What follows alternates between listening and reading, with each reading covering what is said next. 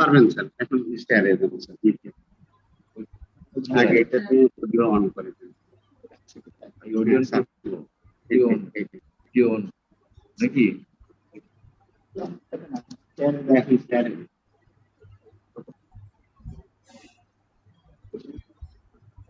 Hello,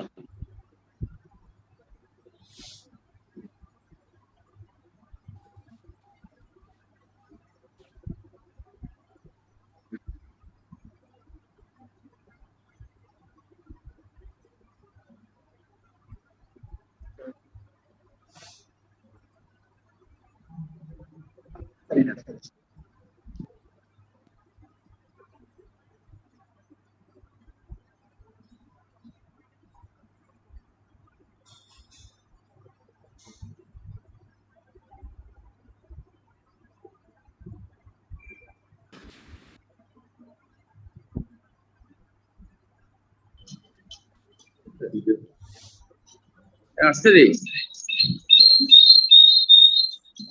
Yes, sir. কি class হলো তোমরা এর আগে? Sir, medicine lecture. কোন স্যারের? Sir, NS sir. ও আচ্ছা। কেমন হচ্ছে ক্লাসগুলো আসলে? ইফেক্টিভ হয়? Sir, সামনাসামনি যে হইলে স্যার বেশি ভালো হতো স্যার। সাউন্ড ফ্যান বন্ধ করে দিতে। না, এই ক্লাসগুলো কি ইফেক্টিভ হয়? লাভ হয় না? লাভ হয় না। স্যার অল্প লাভ হচ্ছে স্যার। অল্প লাভ হচ্ছে। কি করলে বেশি লাভ করা যাবে?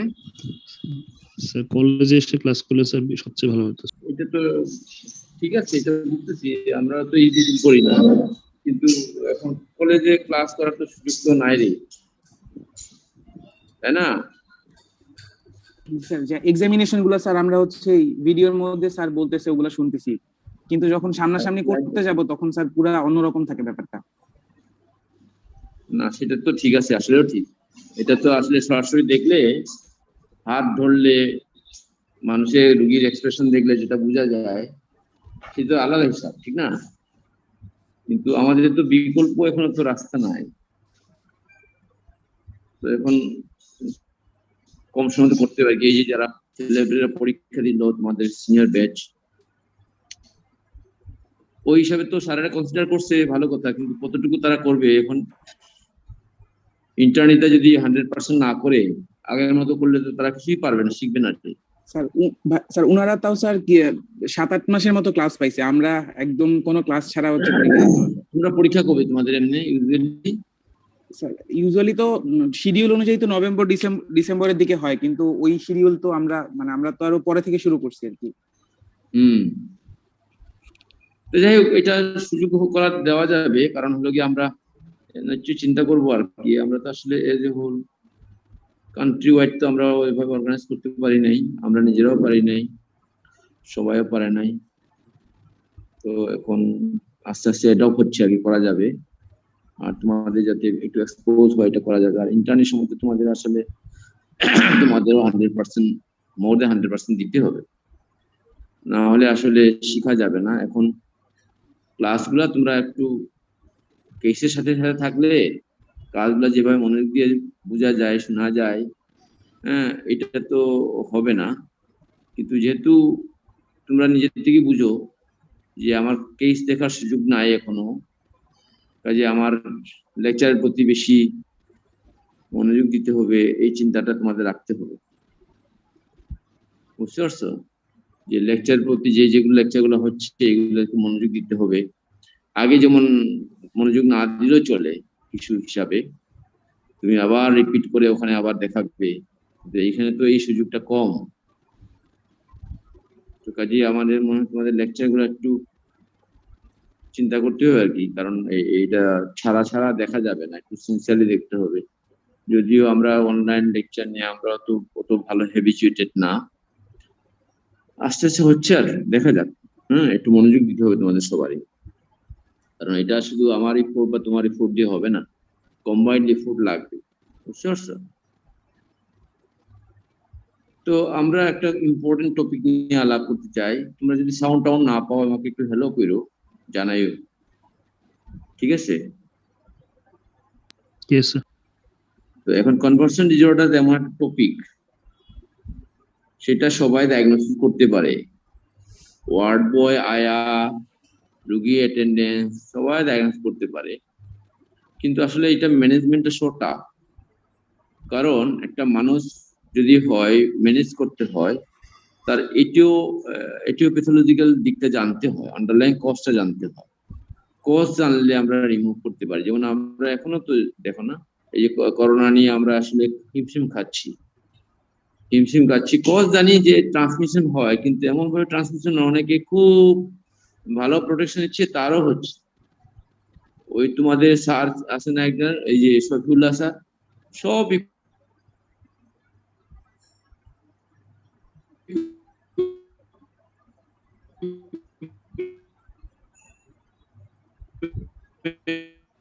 সব ইকুইপমেন্টে, কিন্তু হচ্ছে কি এগুলো পজিটিভ হইল। তো অনেকে আবার প্রোটেকশন নাই কিছু নাই, তার কিছু হয় না। তো তার মানে আসলে এক্সাক্ট ইটিওপ্যাথোলজি গুলো যে আমরা জানতে হবে, প্লাস ওটা প্রোটেকশনটা দিতে হবে, জানলে অথবা ওইটা ফলো করতে হবে, তাহলেই না আমাদের লাভ হবে। তো কনভার্সন ডিসঅর্ডার কিন্তু সেম, কিন্তু যে সিমটমসটা হয় এটা বুঝি আমরা, এটা কনভার্সন ডিসঅর্ডার।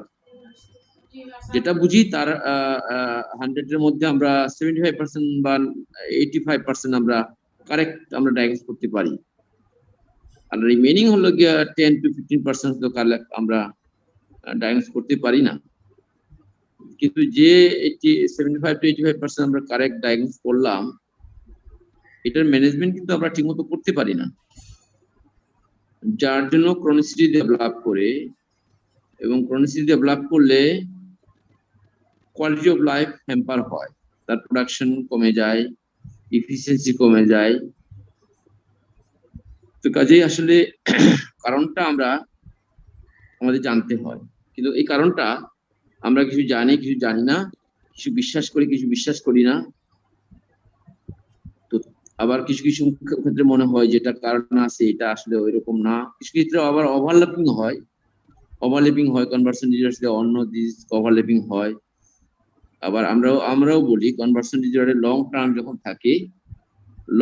যখন থাকে তখন হলো গিয়ে 50 ইয়ার্সের পরে একটা ডেফিনিট একটা ফিজিক্যাল ইলনেস দেখা দেয়। তো তাহলে এই জিনিসগুলোর জন্যই কনভার্সন ডিসঅর্ডারের আসলে ম্যানেজমেন্টটা so tough. Diagnosis so easy, everyone বলতে গেলে সবাই ডায়াগনোস করতে পারে কনভার্সন ডিসঅর্ডার, কিন্তু ট্রিটমেন্ট করতে গেলে সমস্যা হয়ে যায়। হ্যালো, তুমি কি লাইনে আছো?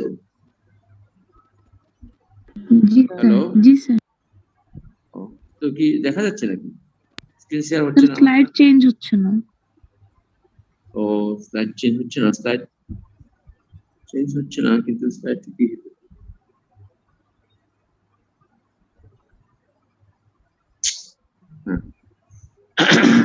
হচ্ছে? জি স্যার, এখন আসছে। না, যেটা নিয়ে বলছিলাম যে আমার যেটা হলো কনভার্সন ডিসঅর্ডার এমন একটা জিনিস সবাই ডায়াগনোস করতে পারে। তোমরা যখন মেডিসিনে ইমার্জেন্সি ডিউটি করবা বা অ্যাডমিশন ডে ডিউটি করবা, তখন দেখা যাচ্ছে যে প্রত্যেক দিন পরে 3-4 জন আসবে।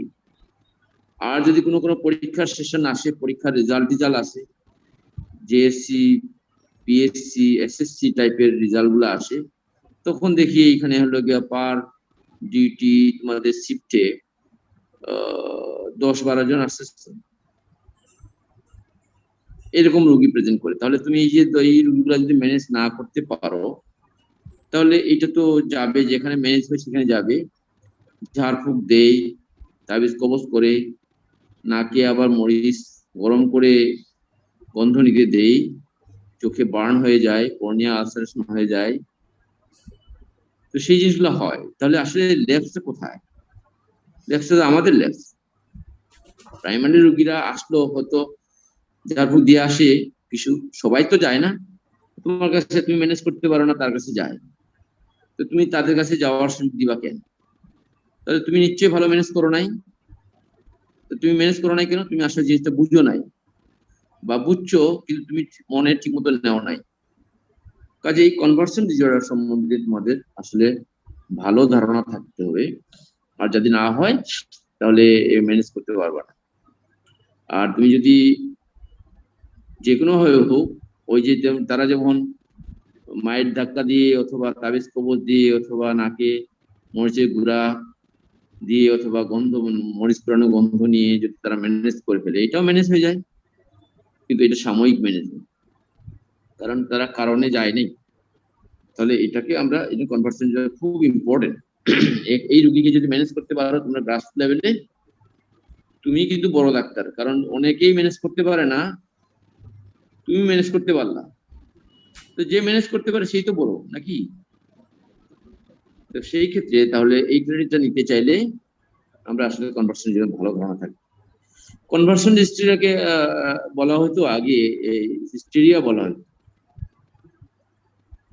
তো DSM-5 এ হিস্টেরিয়া বলার কারণ আছে, আমরা পরে আসবো। হিস্টেরিয়া বলার কারণ হলো কি ইউটেরাস থেকে আসছে, ইউটেরাসের অ্যাবনর্মাল পজিশন এবং অ্যাবনর্মাল ফাংশনের জন্য কনভার্সন নিজেরা হয়, এটা মনে করা হতো। কারণ আগে এখনো দেখা যায় যে এটা ফিমেল প্রিডমিনেন্স হয়, ইয়াং এজে হয়, তো তাহলে তারা হিসাব হলো কি, তাহলে ফিমেল তো ইউটেরাস তো ফিমেলে থাকে, তাহলে ইউটেরাসের জন্য এইগুলা হয় কিনা, কিন্তু মেলের যে হয় না সেটা না, কারণ মেইন এটিওপ্যাথোলজিটা আমরা আসলে ওই ইউটেরাস না, বরঞ্চ ব্রেইন।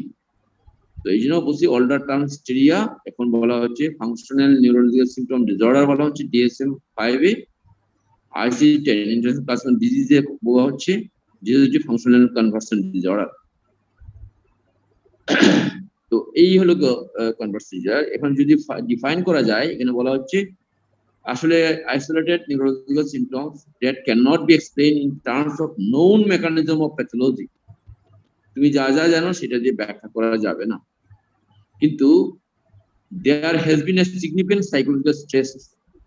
প্যাথোলজি নাই, তুমি যেটা প্যাথোলজি বলো সেই প্যাথোলজি নাই, কিন্তু সাইকোলজিক্যাল কিছু স্ট্রেসও থাকে, তাহলে তার সাথে কিন্তু আমার নিউরোলজিক্যাল যদি সিম্পটমস থাকে, গ্রুপ অফ নিউরোলজিক্যাল সিম্পটমস হয়, কিন্তু এটা স্বাভাবিকভাবেই আমরা যেন অ্যানালিটিক্যাল ডিস্ট্রিবিউশন দিয়া বা ফিজিওলজিক্যাল যেভাবে ব্যাখ্যা করা যায় সেইভাবে ব্যাখ্যা করা যাবে না, তখন এটাকে বলা হচ্ছে conversion disorder. Exactly conversion disorder বলতে বলা হচ্ছে সাইকোলজিক্যাল স্ট্রেসরটা neurological symptoms or physical symptoms দিয়া কনভার্ট করে। কারণ আমাদের দেশের আঙ্গিকে বা আমাদের উপমহাদেশের আঙ্গিকে আমরা কিন্তু বলি যে এই ফিজিক্যাল ইলনেস কে আমরা প্রাধান্য দিই। পা ভেঙে গেছে, আমি চোখের সামনে দেখতেছি, এটাকে আমরা বলবো। জ্বর আসতেছে, সেখানে আমি স্বীকৃতি দিব জ্বর আসছে, যে কোনো কারণে হোক। কিন্তু কেউ যদি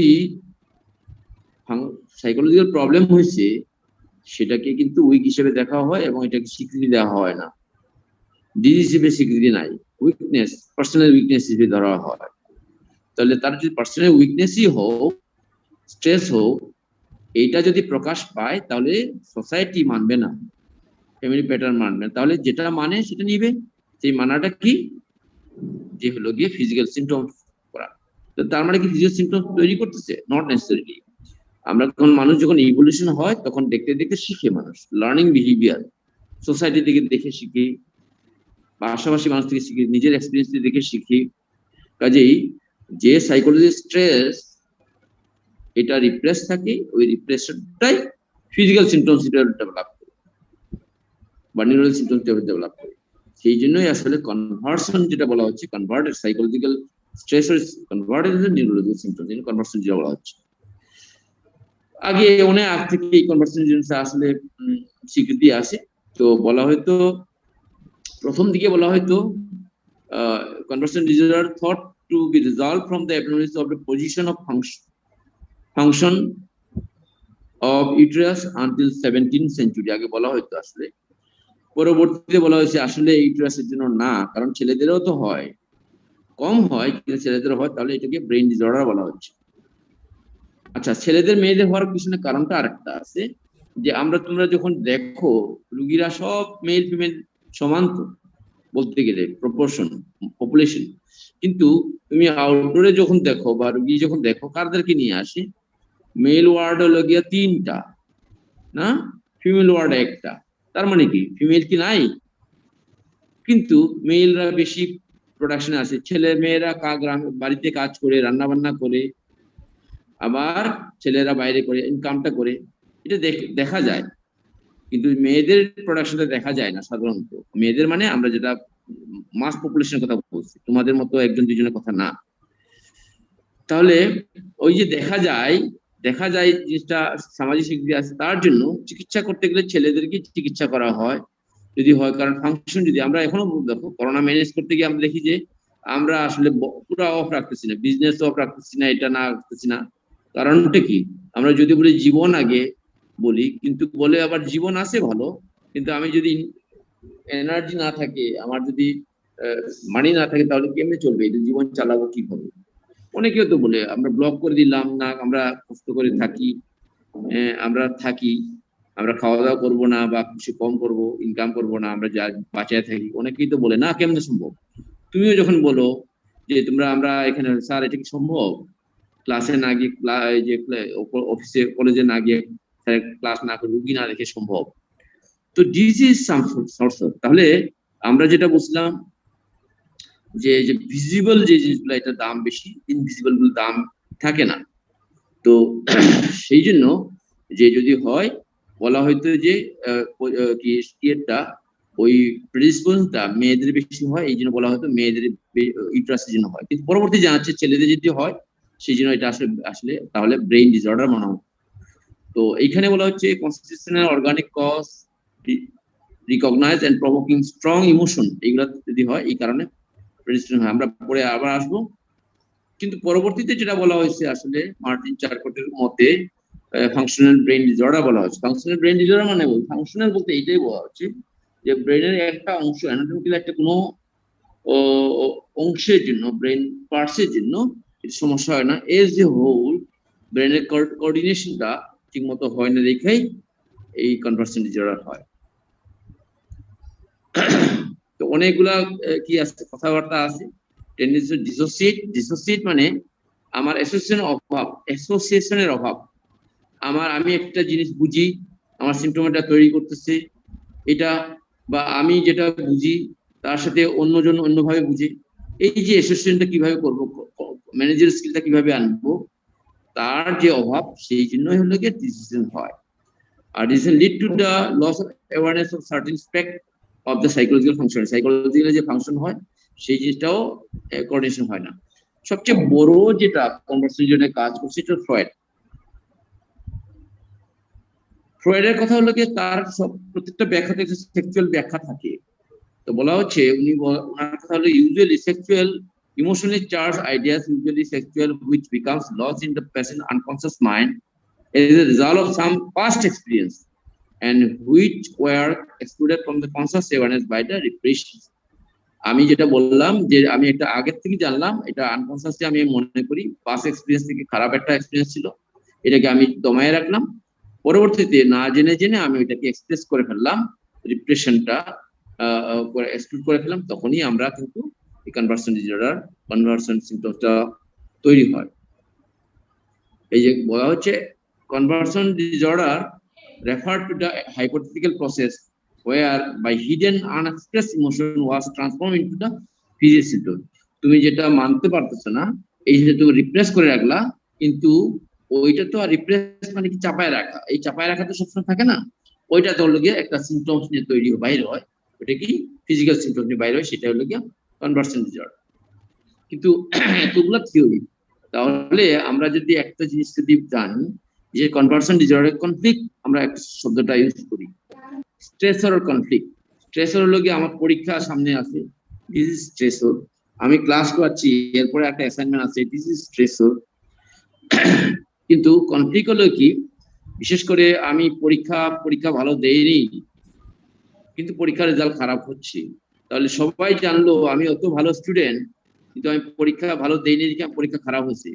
কিন্তু তাহলে কি হবে, অন্যজন কিভাবে আমাকে ট্রিট করবে? আমি না মানতে পারবো পরীক্ষার রেজাল্টটা খারাপ হয়েছে, এটা অন্যজন যে ট্রিট করবে খারাপ হবে এটাও মানতে পারবো না। This is conflict. কিন্তু দুইটা আমি চাচ্ছি না, দুইটার মধ্যে একটা নিতেই হবে। তো এই যে আমি যদি বলি না আমার পরীক্ষা খারাপ হচ্ছে রে ভাই, তাহলে আমি যতই ভালো স্টুডেন্ট হয় পরীক্ষা খারাপ হচ্ছে, আমি পড়াশোনা করতে পারি, তাহলে পরীক্ষার রেজাল্ট খারাপ হবে, এটাই তো স্বাভাবিক। আমি মানলাম। কে মানবে? যে কিনা নিজেকে সাইকোলজিক্যাল সাউন্ড হবে, শক্ত হবে, বুঝবে আমি পড়তে পারি নাই। আর যারা কিনা এটা মানতে পারবে না তাদেরই কনভার্সন। সেই জন্য অনেক ক্ষেত্রে বলা হয় যারা কিনা নিজেকে ম্যানেজ করতে পারে না, নিজের চিন্তা ভাবনাকে ম্যানেজ করতে পারে না, নিজের আইকিউ কে আপডেট করতে পারে না, তাদেরই কনভার্সন ডিসঅর্ডার। এই কনভার্সন ডিসঅর্ডার হতে হলে আসলে সিমটমস কিন্তু খুব বেশি না, one or more symptoms of altered voluntary motor or sensory function. আমরা পড়ে আসবো altered motor or sensory function মানে কি।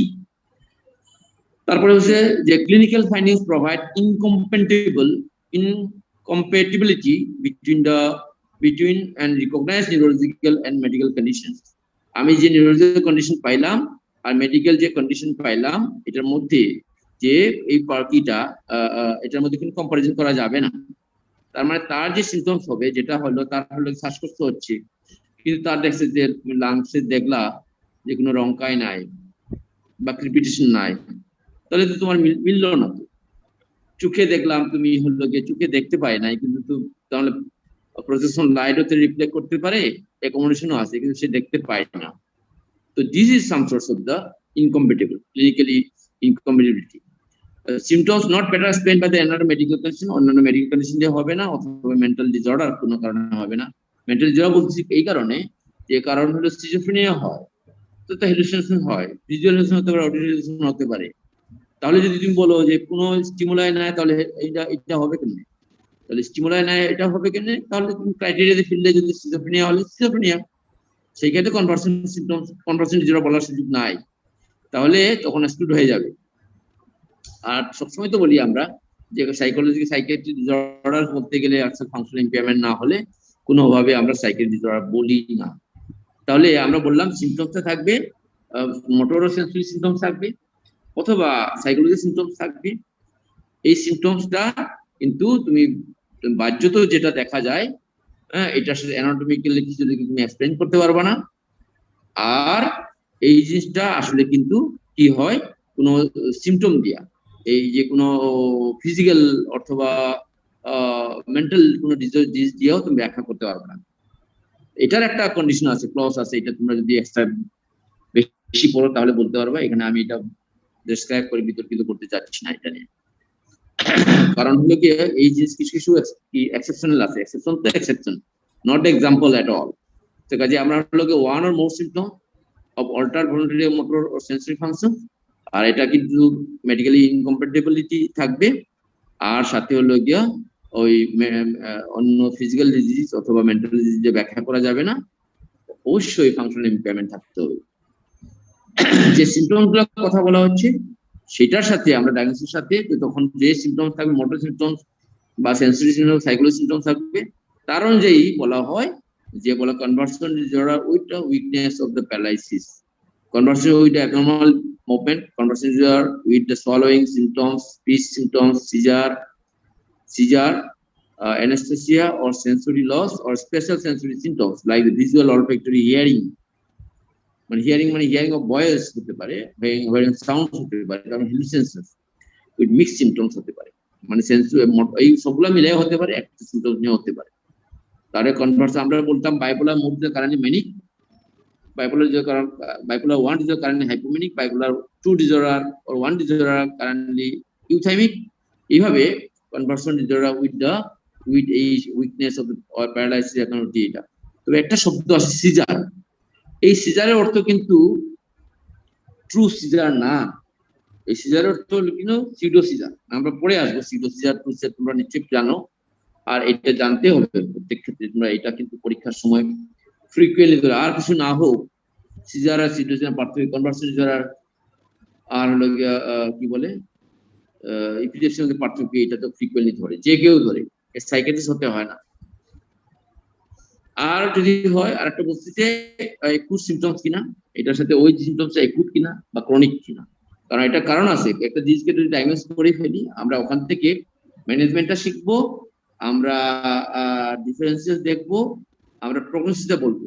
আমি রুগী দেখার পরে আমি চিকিৎসা দিয়ে ছেড়ে দিলাম, এটা শেষ না। রুগীকে বলতে হবে, রুগীর অ্যাটেন্ডেন্সকেও বলতে হবে যে আপনার এই সিমটমসটা এই ক্যারেক্টারিস্টিক আছে, কাজে এটা ভালো হয়ে যাবে, এবং এটা সিমটমস আছে ভালো হবে না, বা ভালো হলে সময় লাগবে, আপনার ভালো না হলে এটাকে কিভাবে করতে হবে, এটা তাকে ডিফার করতে হবে। আর একটা বলছে উইথ স্ট্রেসর উইদাউট স্ট্রেসর, স্ট্রেসর আছে কিনা, তুমি যদি ডিফাইন করতে পারো স্ট্রেসর, তার সাথে ওই ফ্রেন্ডের সাথে সেপারেশনের জন্য বা কনফ্লিক্টের জন্য বা তাদের রিলেশন ব্রেকআপের জন্য এইগুলো হচ্ছে স্ট্রেস, অথবা বাবাকে সব সময় বাবা গালি দেয়, হ্যাঁ, অথবা ওই ফ্রেন্ডটা সবসময় তাকে বুলিং করে, এই জিনিসটা স্ট্রেস। আর যদি কিছু না আইডেন্টিফাই করতো আমরা বলবো উইদাউট স্ট্রেস। যে একই জিনিস আমরা বললাম যেটা মোটর ও সেন্সরি সিমটমস ও সাইকোলজিক্যাল সিমটমস কি নিয়ে প্রেজেন্ট করতে পারে, এটা এক বা একাধিক থাকতে পারে। এটা হলো ইনভলন্টারি মুভমেন্টস, ভলান্টারি মুভমেন্টস না, ইনভলন্টারি মুভমেন্টস, হাত কাঁপতেছে, টিক্স, টিক্স তো জানো একটা জিনিস হলো কি গ্রুপ অফ মাসলস একটা অ্যাক্টিভিটিস, সেটা ওয়ান্সটা হয়, অ্যাংজাইটি হলে বাড়ে, বাতাসে ফু দেওয়া, গা মোছা, চোখ টিপা, সেই এইগুলা। ব্লেফারোস্পাজম শুধু স্পেশালি চোখের জন্য, চোখে যদি একটা অংশ যদি কন্টিনিউয়াস ইনভলন্টারি টিপা পাপড়ি ফেলে, সেটা হলে ব্লেফারোস্পাজম। টর্টিকোলিস জানো তোমরা, অপিস্থেথনাস, এটা টিটেনাসের সাথে রিলেটেড, কিন্তু টর্টিকোলিস আর অপিস্থেথনাসই কিন্তু টিটেনাস না। কাজে টর্টিকোলিস যদি হয়, অপিস্থেথনাস যদি হয়, সিজার যদি হয়, এই সিজারের অর্থ কিন্তু অবশ্যই সিডো সিজার, কিন্তু এটাকে সিডো সিজার না বলে আমরা সিজার বলতেছি, একই জিনিস। অ্যাবনর্মাল গেইট যদি হয়, অ্যাস্টাসিয়া অ্যাবাসিয়া যদি হয়, যে প্রেজেন্টেশনটা হয় অ্যাবনর্মালি, যদি অ্যানাটমিক্যালি তুমি যদি এটা ব্যাখ্যা করতে না পারো, সেটা প্যারালাইসিস, উইকনেস, অ্যাপোনিয়া হতে পারে। Anaesthesia, midline anaesthesia, blindness, tunnel vision, deepness. শোনা যাচ্ছে কি তোমাদের নাকি শোনা যাচ্ছে না?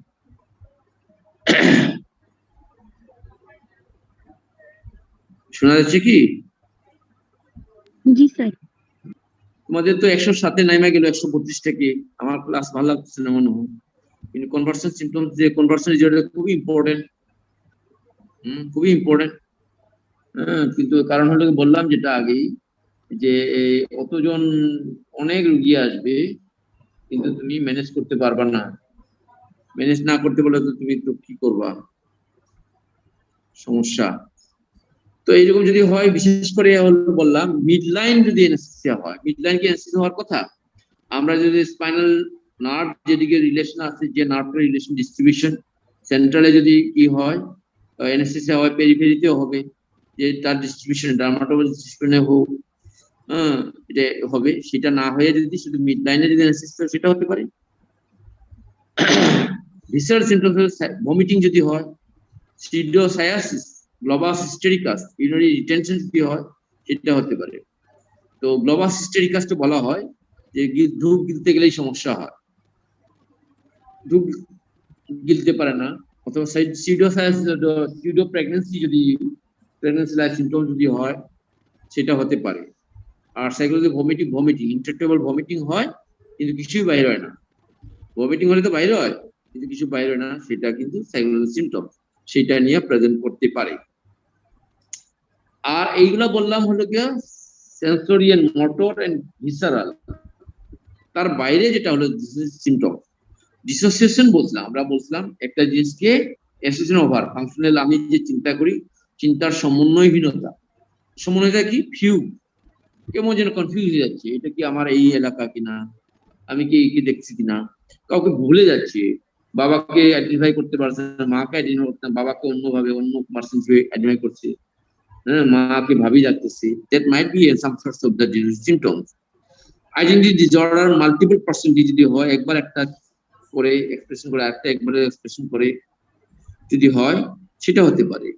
ডিপার্সোনালাইজেশন, নিজেকে যদি চেঞ্জ হয়ে যাওয়া, ট্রান্স কিছু কেমন যেন সব ঠিক আছে কিন্তু তার কথাবার্তা ঠিক মতো বলে কিন্তু মুভমেন্টটা সে ঠিক মতো করতেছে না, বাট মুভমেন্ট ঠিক মতো করতেছে কিন্তু সে আসলে তার এটার মধ্যে নাই, কাজের মধ্যে নাই, মনোযোগী না, হাঁটতেছে, সে হাঁটতেছে। আমরা অনেক সময় হয় না, স্লিপ ওয়াকিং হয় না, ঘুমের মধ্যে উঠে হাঁটে, তো এরকম হাঁটে ঘুমের মধ্যে না, দিনের বেলায় হাঁটে, সবকিছু করে, খায় দায়, কিন্তু তার মধ্যে জীবন নাই, কেমন যেন কিছুই বুঝে না, কিছু জিজ্ঞেস করে কিছু বুঝে না। ট্রান্সপজিশন হলে কেউ নির্ভর করে, ভর করে, হ্যাঁ ভর করে, আমার মনটা আমার না, আমি যে বুঝি এটা আমি আমি বুঝি না, সেরকম যদি হয় বা অন্য কেউ ভর করে, অনেকে বলে কিন্তু অনেক সময় এই জিনিসটা হয়। এই যে দুর্গাপূজার সপ্তমী অষ্টমীর দিনে, মানে যদি দুর্গাপূজাকে 3 দিন ভাগ করা হয়, সপ্তমী অষ্টমী নবমী দশমী 4 দিন ভাগ করা হয়, যেদিন থেকে দুর্গাপূজা শুরু হয় তার সেকেন্ড ডেতে কুমারী পূজা হয়। কুমারী মানে যারা যারা কিনা মেনার্কি হয় নাই, এদের মেয়েদেরকে নিয়ে এখানে একটা পূজা করা হয়। তখন বলা হয় যে তোমার উপর কেউ ভর করছে কিনা, এটা করছে কিনা সেটা করছে, সে কিছু বলে হ্যাঁ আমাকে এটা করছে সেটা করছে। অথবা অনেক দেখা যায় হিন্দুদের চড়ক পূজা হয়, চড়ক পূজাতে হয় যে অথবা পার্টি চালান দিই আমরা, তোমরা নাম শুনছো কিনা, বা কিছু বসায়, তখন তাদেরকে কিছু জিজ্ঞেস করা হয়। তো এরকম যদি ওইটা জিজ্ঞেস না করেও যদি কেউ নিজেকে কেউ নির্ভর করছে বা কেউ তাকে চালাচ্ছে, এরকম যদি হয় সেটাকে বলে পজিশন। স্টুপর থাকা, মিউটিজম হয়ে যাওয়া, এই জিনিসগুলা কিন্তু হতে পারে। আর speech seizure, speech swallowing problem হতে পারে। Patient may be highly suggestible, এই দেখলেই বললাম হাইলি সাজেস্টিবল, আমরা বললাম সব রোগীকে বোঝা যায় চিনা যায় বা যা বলে তাই করে। এই যে বললো তুমি হয়তো রুগীটা দেখলা, ফলো আপ করলা যে এরকম এরকম, যে বলে রাতে দেখলা তুমি রুগীটা, সকালে উঠে বলে যে আপনি কি ভালো আছেন, বলে ভালো, তো ভালো বলছে, আর ওইদিকে বলছে এই তার অ্যাটেন্ডেন্ট বলছে না সে তো হাঁটতেই পারে না, ও তো বাথরুম থেকে চলে আসছে আগে, কিন্তু এখন দেখে হাঁটতে দেখি, বলে আর হাঁটতে পারে না। ডিসসাজেস্টিভিটি, এই তুমি কি দেখতে পাও, পাও না, না পায় না, যে এই যে পাই না যে বললাম, সেটা আমি যেটা বললাম সেটা সেইভাবে সাজেস্ট করলে হয়। দাঁতি লেগে যায়, বলে হ্যাঁ দাঁতি লেগে যায়, দেখি খুলো দেখি, আর খুলতে পারে না। This is some source of the symptom, predominant symptoms of the conversion disorder. আর সিমটমস গুলা মে রিইনফোর্স, আমরা বলছি রিইনফোর্স মানে ওই যে তুমি এটার দ্বারা উদ্বুদ্ধ করে, যেমন হাঁটতে পারে না তাকে যদি কুলে করে বাথরুমে নেওয়া যায়, তাহলে কুলে করে বাথরুমে নিতে হবে, এবং তার না হাঁটতে না পারাটা আরো পার্মানেন্ট হবে। লাভ বেলে ইনডিফারেন্স বলা হয়। লাভ বেলে ইনডিফারেন্স হলো কি, যে একটা রোগী বাড়ি থেকে আসছে, গ্রামের বাড়ি থেকে আসছে, হসপিটালে ভর্তি হয়েছে, এবং তুমি যান প্রাণ নিয়ে ম্যানেজ করছো, ঠিক আছে, পরবর্তী দিন সকালে উঠে দেখা যাচ্ছে সে তাকে ওই রোগী আইডেন্টিফাই করা যাচ্ছে না, কোনটা রোগী কোনটা অ্যাটেন্ডেন্ট বোঝা যাচ্ছে না। একটা রোগী যদি খুব সাফারিংসে পড়ে, পরের দিন তাকে দেখে তো কাহিল হয়ে যাওয়ার কথা, তাকে দেখলেই বোঝার কথা সে এই রোগী, তুমি আইডেন্টিফাই করতেছো না আমি এই রোগী। দ্যাট ইজ সামথিং টু লাভ বেলে ইনডিফারেন্স। তার মানে যতটুকু সাফারিংস ছিল এখন আর নাই, তার মানে আবার পরবর্তীতে আবার হতে পারে। দিস ইজ লাভ বেলে ইনডিফারেন্স। ম্যাক্সিমাম ক্ষেত্রে আমরা বললাম অনেকজন হয়, লাখে 5 থেকে 10 জন হয়।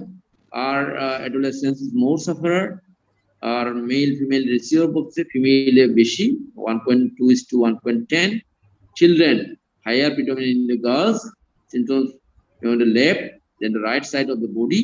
এর ব্যাখ্যা আছে প্রত্যেকটা, লেফট সাইডটা অকুপেন্সি কম থাকে দেখা সব সময়, এটাকে মনে হয় যেন আমার বাম হাতটা আমি নড়তে পারছি না, হাঁটতে পারছি না, শক্তি যেমন ছিল সেরকম নাই, এটা বলা হয়।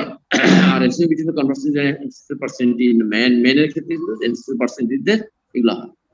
অনসেট যেটা বলা হচ্ছে লেট চাইল্ডহুড থেকে আর্লি অ্যাডাল্টহুড 10 to 35 এর মধ্যে হয়, কিন্তু এটার অর্থ এই না কারোর মধ্যে হবে না, ম্যাক্সিমাম ক্ষেত্রে এদের মধ্যে হয়।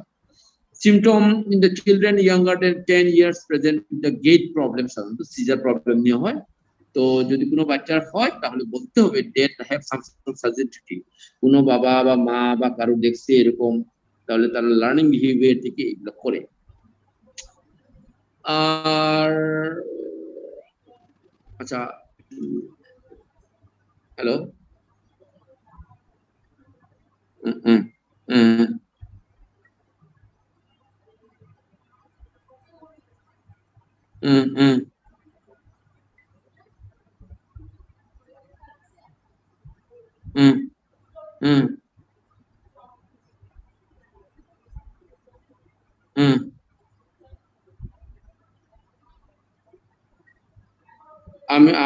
আমি ফোন করবো একটু পরে, হ্যাঁ আমি কইরা।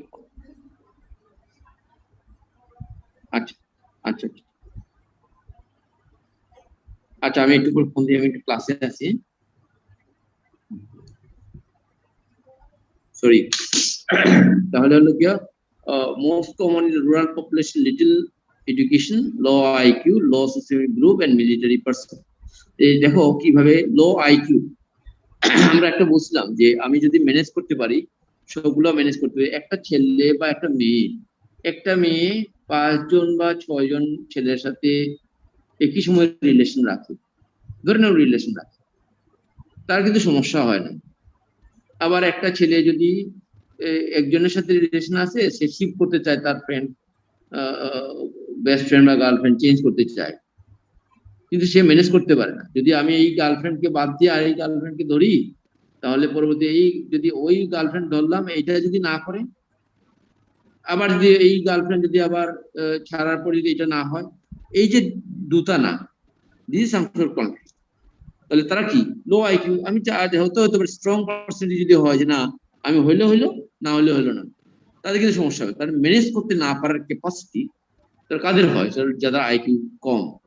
তো কাজেই আইকিউ যাদের কম তাদের হয়, কিন্তু ম্যাক্সিমাম ক্ষেত্রে হয়। কিন্তু এর অর্থ এই না মোস্ট কমন বলা হচ্ছে, সবগুলোর ক্ষেত্রে না। আমরা তো এখন দেখি যে অনেক মেডিকেল পার্সনেরও তো, মেডিকেল স্টুডেন্টদেরও কনভার্সন যারা হয়। তো যাই হোক, এটা শুধু এটার থিওরির উপর চলবে না। তো মোস্ট কমনলি এরকম হয়। Personality types of passive dependent. Passive dependent মানে, প্যাসিভ ডিপেন্ডেন্টের অর্থ কি, আমি অন্য যাজন করবে তার উপর নির্ভর করব। অন্য কেউ যদি বলে তুমি কি করবা, তুমি জিন্দাবাদে যাবা, হ্যাঁ যাবো, তাহলে আমিও যাব। তো তাকে বললে যে তুমি জিন্দাবাদে যাবা, না আমি তো যাব না, তাহলে বলে ও বললো যে ও তো যাবে, ও যাবে, তাহলে আমি যাব। This is something of passive dependent. আর স্টার্নিং হলো শো, যদি নিজেকে দেখানো, নিজেকে বুঝানো, নিজেকে চোখের মানুষের সামনে দেখাতে চাই, বুঝাতে চাই, একটু মানুষের দৃষ্টি আকর্ষণ করতে চাই, দিস ইজ সামথিং হিস্ট্যারিক পারসন। তাহলে এই যে হিস্ট্যারিক পার্সোনালিটি টাইপ আর প্যাসিভ ডিপেন্ডেন্ট পার্সোনালিটি টাইপ, তারা দিয়ে কিন্তু কমনলি কনভার্সেন্ট যারা হয়। এটার দিক দিয়ে বলা হচ্ছে reflecting the wide range of the theories, few research findings to report them for review. Psychodynamic theory was conversion of the emotional distress into physical symptom, which often have symbolic meaning. আমরা আগেই বলছি যে আমরা আসলে সোসাইটির ব্যাপারে, সোসাইটিতে psychological ডিসঅর্ডারকে আমরা স্বীকৃতি দেয় না, তার জন্য সাইকোলজিক্যাল সিমটমটাকে যদি ফিজিক্যাল সিমটমে ডাইভার্ট করা যায়, তাহলে হয় এটা কিন্তু কনসাসলি করে আনকনসাসলি হয়ে যায়। সোশ্যাল কিছু ফ্যাক্টর আছে, আমি বললাম সোশ্যাল ফ্যাক্টর, যেটা বললাম যে মেয়েদের এই যে এই প্রোডাকশনকে সামাজিক স্বীকৃতি নাই, তারা দেখা যায় না। তাহলে সামাজিকভাবে যেটা দেখা যায়, তাহলে তার প্রডিউস করতে হলে ফিজিক্যাল সিমটম তৈরি করতে হবে। ফিজিক্যাল সিমটম তৈরি হয়ে যায়, তার জন্য কনভার্সেশন সিমটমস। নিউরোফিজিওলজিক্যাল মেকানিজম কিছু আছে, যেমন কিছু তার আমরা বলা হচ্ছে 15 বছর পরে তার হাত, ডান হাতটা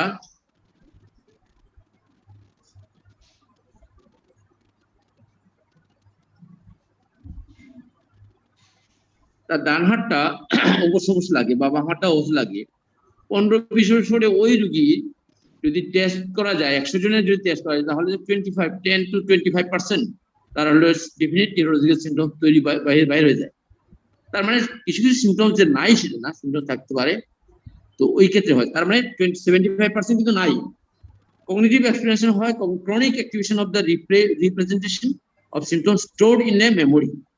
ক্রনিক অ্যাক্টিভেশন, আগে থেকে রিপ্রেজেন্টেশন সিমটম যেগুলো আগে ছিল, অনেকে দেখছে ওই সময় এইটা সমস্যা ছিল, অনেকে দেখছে অনেক বাবা বা মার বা দাদা দাদির এরকম সিমটম ছিল, ওই জিনিসটা পরবর্তীতে মেমোরাইজ করলেও এটা হতে পারে, বা তার যে সাফারেন্সটা এখানে মেমোরাইজ করলেও এই সিমটমস আসতে পারে। কিছু কালচারাল এক্সপেরিয়েন্স হল some of the phenomena classified as conversation disorder in western countries may in some other countries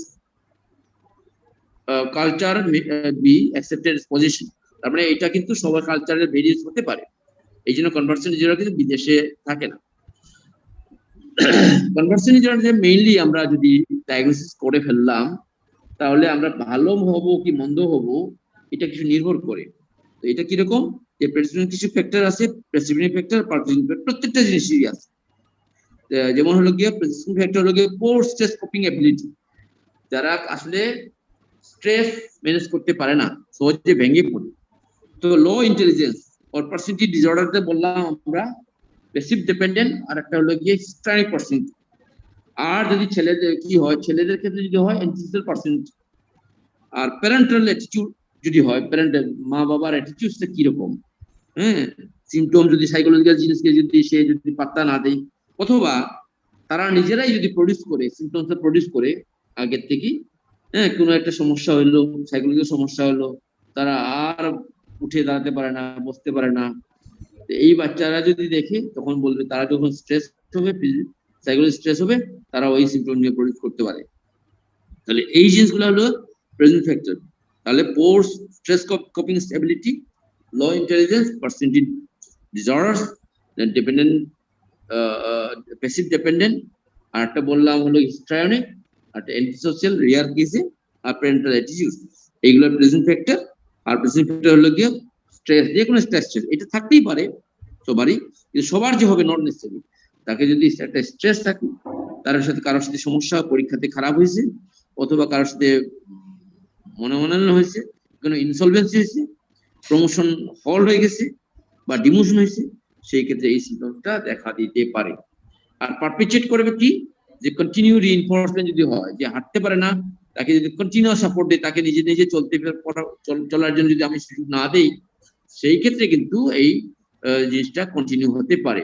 lack of awareness about the disease of the family members and patient, যেটা বলা হচ্ছে যে আসলে যদি তার এই অসুস্থতার সম্বন্ধে তার যদি ধারণা না থাকে, কি করতে হবে, তাকে যদি অ্যাক্টিভ লাইফ অ্যাক্টিভিটিস করতে হবে, আবার রিইনফোর্সমেন্টও করা যাবে না, যেগুলো নেগেটিভ রিইনফোর্সমেন্ট, প্রাইমারি সেকেন্ডারি গেইনগুলো প্রিভেন্ট করতে হবে, সে যদি তারা না জানে তাহলে হবে না। আবার যদি হয় 6 মাসের চেয়ে বেশি হয়, ভালো ম্যানেজ করতে পারলাম না, বা ম্যানেজ হয়ে গেল কিন্তু কনফ্লিক্টটা আমরা আইডেন্টিফাই করতে পারি নাই, স্ট্রেসটা আমরা আইডেন্টিফাই করতে পারি নাই, তাহলে কিন্তু আবার এই জিনিসটা বারবার দেখা যায়। কাজেই প্রেসিপিটিং এর পারপিচুয়েটিং ফ্যাক্টরটা ইম্পর্টেন্ট। তো এইটার উপর নির্ভর করে প্রগনোসিস হতে পারে। এই সিমটম, অনেকগুলো সিমটম, সেটা হলো prognosis of subsequent neurological disorder, recent যদি হয়, রিকভারি খুব তাড়াতাড়ি, কম সময়ের জন্য হলে খুব তাড়াতাড়ি হয়, লঙ্গার ডিউরেশন হলে এটা অনেক বছর ধরে থাকি। তাহলে আমরা 6 মাসের চেয়ে বেশি, কম যদি হয় তাড়াতাড়ি ভালো হয়, 6 মাসের চেয়ে ভালো হয় না। তো অনেক সময় তখন সোমাটিক সিমটম ডিসঅর্ডার হয়ে যায়, তখন ওই বিভিন্ন নড়াচড়া না করতে করতে, অ্যাক্টিভিটিস কমতে কমতে পরে দেখে ভাস্কুলার ডিজিজ হয়, তারপরে হলো কি মেটাবলিক ডিজিজ হয়, তারপরে হলো মেকানিক্যাল স্কেলেরাল মাসকুলার সিস্টেমের ডিজিজ হয়। তো কাজেই মাসকুলার সিস্টেমের ডিজিজ হয়, তাহলে কাজেই বুঝতে হবে যে রিসেন্ট খুব তাড়াতাড়ি ম্যানেজ করাটা খুব জরুরি। ম্যানেজ করা মানে শুধু ম্যানেজ করা না, তার স্ট্রেস আইডেন্টিফাই করা, কনফ্লিক্ট আইডেন্টিফাই করা, যদি ম্যানেজ করা যায় তাহলে ভালো। শর্ট, এখন এই ক্ষেত্রে গুড আউটকাম, শর্ট আউটকাম যদি আমরা বলি, শর্ট হিস্ট্রি যদি হয় গুড আউটকাম, খুব কম সময় যদি হয়, ইয়ঙ্গার এজ অফ অনসেট যদি হয়, তারা যদি, কারণ মানুষ যখন বেশি হয়ে যায় তখন নিজে নিজে ম্যানেজ করতে চায়, ম্যানেজ করতে না পারে যখন সিমটমটা তৈরি হয়, তখন কিন্তু এটা ভালো হয় না সহজে। এই যে বলছি ইয়াং এজে তো চিন্তা ভাবনা, খুব ছোট ছোট চিন্তা ভাবনা হয়, কম রিয়েলে হয় না, তার জন্য তাদের ভালো। Poor outcome, longer history, percent disorder যে আমরা বললাম 3টা পার্সেন্ট ডিসঅর্ডার যদি হয়, passive dependent, antisocial and histrionic personality যদি হয়, সেক্ষেত্রে এটা poor outcome. Receipt of the disability benefit যদি হয়, এই করার জন্য তার যদি বেনিফিট দেওয়া থাকে, সেক্ষেত্রে বেনিফিট পাওয়ার জন্য এটা হতে পারে। ইনভলভমেন্ট ইন দ্য লিটিগেশন যদি হয়, সেটা হতে পারে। প্রাইমারি গেইন আর সেকেন্ডারি গেইন শব্দগুলো খুব ইউজ হয়। প্রাইমারি গেইন মানে আমার my psychological conflict into transform into physical symptom, or psychological conflict is transformed into another psychological symptom, যেটাকে conversion of psychological symptoms or stress is converted into physical symptoms, এটাকে বলে conversion disorder. আর psychological symptoms converted into psychological symptoms, এটাকে বলে dissociative disorder, একই জিনিস কিন্তু। তো কারণ একটা ফিজিক্যাল সাইকোলজিক্যাল থেকে ফিজিক্যাল, একটা সাইকোলজিক্যাল থেকে সাইকোলজিক্যাল। তাহলে এটা কিন্তু প্রাইমারি গেইন, এটা হবেই। তাদের এটা প্রিভেন্ট করতে হলে আইকিউ বাড়াতে হবে, আমরা যেটা বলছিলাম আইকিউ বাড়াতে হবে, ইকোনমিক কন্ডিশন বাড়াতে হবে, তারপরে হলো গিয়া যে জিনিসটা ওই ফ্যামিলি অ্যাটিটিউডটা চেঞ্জ করতে হবে, পড়াশোনা জানতে হবে, তাহলেই কিন্তু এই প্রাইমারি গেইনটা প্রিভেন্ট করা যাবে। আর সেকেন্ডারি গেইন হলো কি external benefits or avoidance of unwanted responsibilities. এই যে যেমন হাঁটতে পারে না, হ্যাঁ, বা বেনিফিট দিল কোনো কারণে, তার অসুস্থতার জন্য তাকে যদি সার্টিফিকেট দেওয়া হয় অথবা তাকে কম্পেনসেশন দেওয়া হয়, তাহলে তো সেই কাজটা করতেই থাকবে। অথবা সে হাঁটতে পারে না বা খাইতে পারে না, তার জন্য হাত উঠাইয়া খাওয়ায়, তাহলে সেকেন্ডারি গেইন হবে। হাত পা নাড়ছে, জুড়ে ধরে রাখলা, তাহলে আরো হবে। সেই জিনিসগুলো সেকেন্ডারি গেইন। তাহলে সেকেন্ডারি গেইন প্রাইমারি গেইনটা খুব ইম্পর্টেন্ট। আমরা ম্যানেজমেন্টটা আসবো, কিন্তু এরপরে যেটা একটা রাখবো, এটা লম্বা, এই জন্য ম্যানেজমেন্টের আগে আসা উচিত হলো গিয়া সিজার সিডোসিডের পার্থক্য, ফাংশনের সাথে অর্গানিকের পার্থক্যটা আমরা জানা দরকার। এটা মনে হয় আরেকটা ক্লাস হবে, আজকে তো কভার করা যাবে না। কিন্তু ম্যানেজমেন্টের ক্ষেত্রে আমরা যদি এর আগে আমরা যদি ম্যানেজমেন্টে আসতে চাই, অ্যাসেস করতে হবে to see the pattern and extent of the symptoms, কতটুকু কত এক্সটেন্ডে আছে এটা তোমার আগে অ্যাসেস করতে হবে। তাহলে করতে হবে কি ইম্পেয়ারমেন্ট কতটুকু আছে, সে সেকেন্ডারি গেইন আছে কিনা জানতে হবে। যে সেকেন্ডারি গেইন মানে বললাম যে হাঁটতে না পারলে যে কুলে করে নেওয়া, বেনিফিট দেওয়া, এগুলো সেকেন্ডারি গেইন। স্ট্রেস আছে কিনা, এই স্ট্রেসটা কতটুকু, স্ট্রেসটা কমপ্লিট হয়ে গেছে, কনফ্লিক্ট আছে কিনা, প্রিমরবিড পার্সেন্টি, অসুস্থতার আগে সে পার্সেন্ট কেমন ছিল, যদি হয় এটা অ্যাসেস করতে হবে। যদি হয় আগের থেকে, যদি ওই ডিফাইন্ড পার্সেন্টেজ হয়, বেশি ডিপেন্ডেন্ট অথবা হিস্ট্রায়নিক বা অথবা অ্যান্টিসোশিয়াল যদি হয় ছেলেদের ক্ষেত্রে, সেই ক্ষেত্রে তারা এটার ক্ষেত্রে আমরা ম্যানেজটা কিভাবে করব এটা নির্ভর করে। Strength and weakness of the patient, তার স্ট্রেংথ কি আছে, আসলে তার এইটা কোপিং স্ট্র্যাটেজি করতে গেলে কোন সাইড স্ট্রেংথ আছে, ইমোশনাল লেভেল, আইকিউ ভালো, আইকিউ কম কিন্তু ইমোশনালি স্ট্রং, তাহলে আমরা হিসাব করতে ওইভাবে ম্যানেজটা। ট্রিটমেন্ট করতে গেলে এইম হলো কি identification and resolution of the conflict, এটা খুব ইম্পর্টেন্ট। আইডেন্টিফিকেশন করা এন্ড রেজলিউশন অফ দি কনফ্লিক্টটা, যে তোমাকে বলা পরীক্ষা পাস করতে পারো নাই, তার মানে কি তুমি পরীক্ষা আসলে পরীক্ষা দেও নাই, কাজে অসুবিধা কি, একটা সুযোগ আছে যে আর একটু ভালো করার। আবার অনেকে তো এরকম হয় যে এই মেডিকেলে ভর্তি করতে হলো অনেকে, যে 1 বছর লস করে, তুমি কি দরকার, তোমার খাতা হয়েছে, একটু ভালোভাবে পড়ো না, আর পরবর্তী যদি না থাকে, তো তার ওইভাবে যদি আগানো যায় তাহলে কনফ্লিক্ট রিজলভ হয়ে যেতে পারে। Reduction of the secondary gain, যে করলাম এই যে কাজগুলো করা যাবে না, খাইতে পারে না, তার জন্য হলো উঠাইয়া খাওয়ানো যাবে না, বাথরুমে যেতে পারে করে নেওয়া যাবে না, এই জিনিসগুলা তাকে বলে তুমি পারবা, সাজেশন দাও, পারবা না, না বলে পারবা, তুমি পারবা, এটা যদি করা যায় তাহলে সেকেন্ডারি রিডাকশন সেকেন্ডারি গেইন হয়ে যায়। Suggestion is the main stream from the reduction of stress and anxiety and conflict. The suggestion, positive suggestion, negative suggestion, explanation of the cause and effect of the disease with firmness, empathy and without neglect. তুমি ওই যে বললা তোমার তো কোনো সমস্যা নাই, তুমি হাঁটো না, যদি না হাঁটো তাহলে তোমাকে পিটা দিব, তোমাকে এই যে ডিডব্লিউ দিব, তোমাকে এনজিটিভ দিব, তাকে হল তোমাকে ক্যাথেটার দিব, এটা করা যাবে না। অথবা তোমাকে না হলে আমি ইন্ট্রা অরবিটাল পিঞ্চ দিব, এইটা বলা, আইব্রোটিক পিঞ্চ দিব, এটা বলা যাবে না। তুমি তাহলে ফার্মলি বলতে হবে যে এই কারণে হচ্ছে, কাজেই আমরা কিছু করার নাই আসলে, কিন্তু এটা করতে গেলে তোমার ওভারকাম করতে গেলে নিজেকে হেল্প করতে হবে, হ্যাঁ, এবং তাকে যেটা বলে এটা কেয়ার করতে।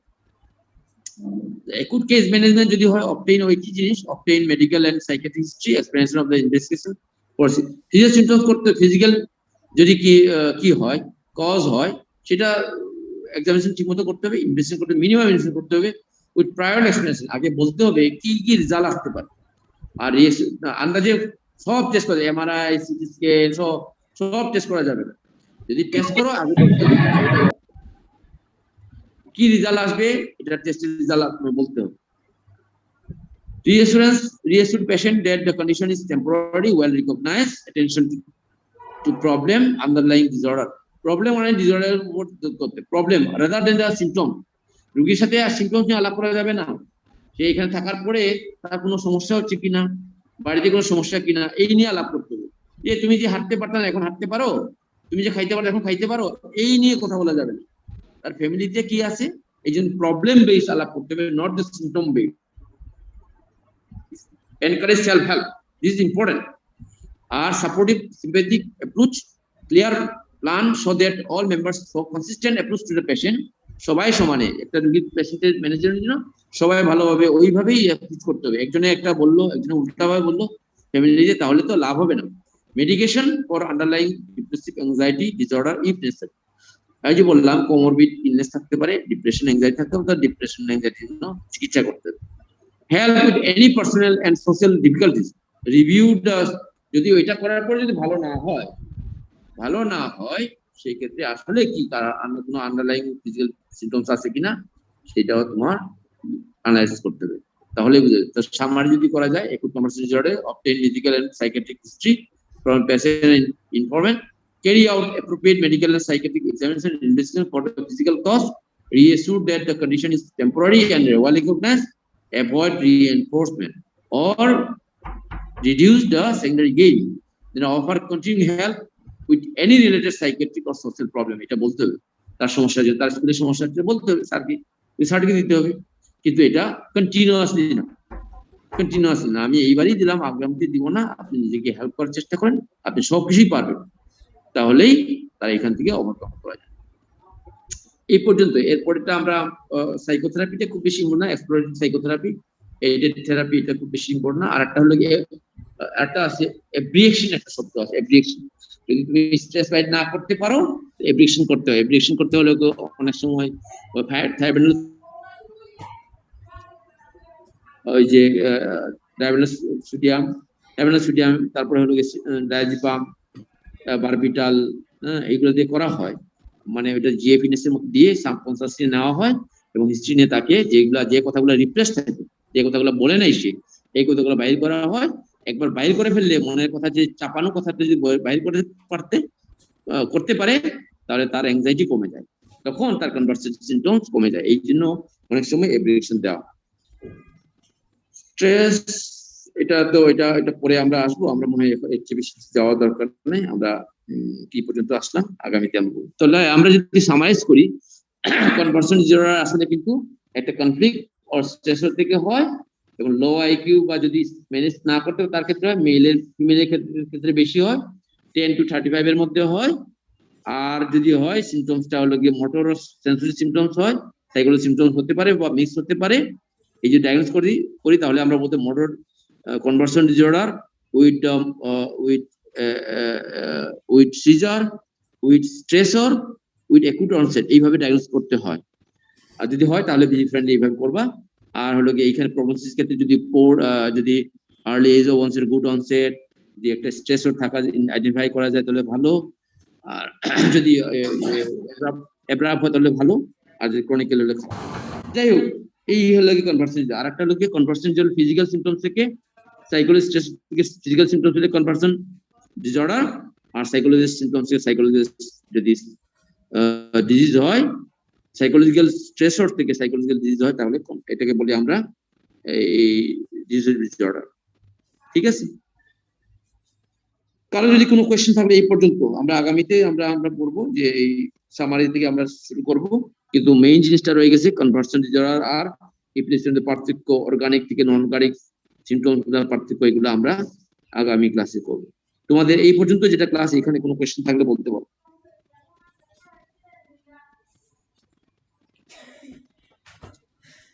কারো নাই? না থাকলে কিন্তু টাইম ওভার, ইজ अराउंड 11। তোমাদের কোনো কোয়েশ্চেন না থাকলে আমি লিভ করব। কারো কোয়েশ্চেন নাই? এরপরে কি class? Sir medicine tutor, clinical sir. তো তোমরা আসলে সাইকিয়াট্রিকে ইম্পর্টেন্ট মনে করছো না কেন? সাইকিয়াট্রি ইম্পর্টেন্ট নেই, সাইকিয়াট্রি না হলে তো চলবে না রে। সাইকিয়াট্রি না হলে চলবে না, কারণ এই যে এখন টিউটোরিয়াল জয়েন করছে, ভালো কথা, এটা খুবই ভালো, আমি হাইলি অ্যাপ্রিসিয়েট করি। কিন্তু সাইকোলজিক্যাল সাইকিয়াট্রি ডিসফাংশন গুলোকে তোমরা যদি জোর না দাও, তাহলে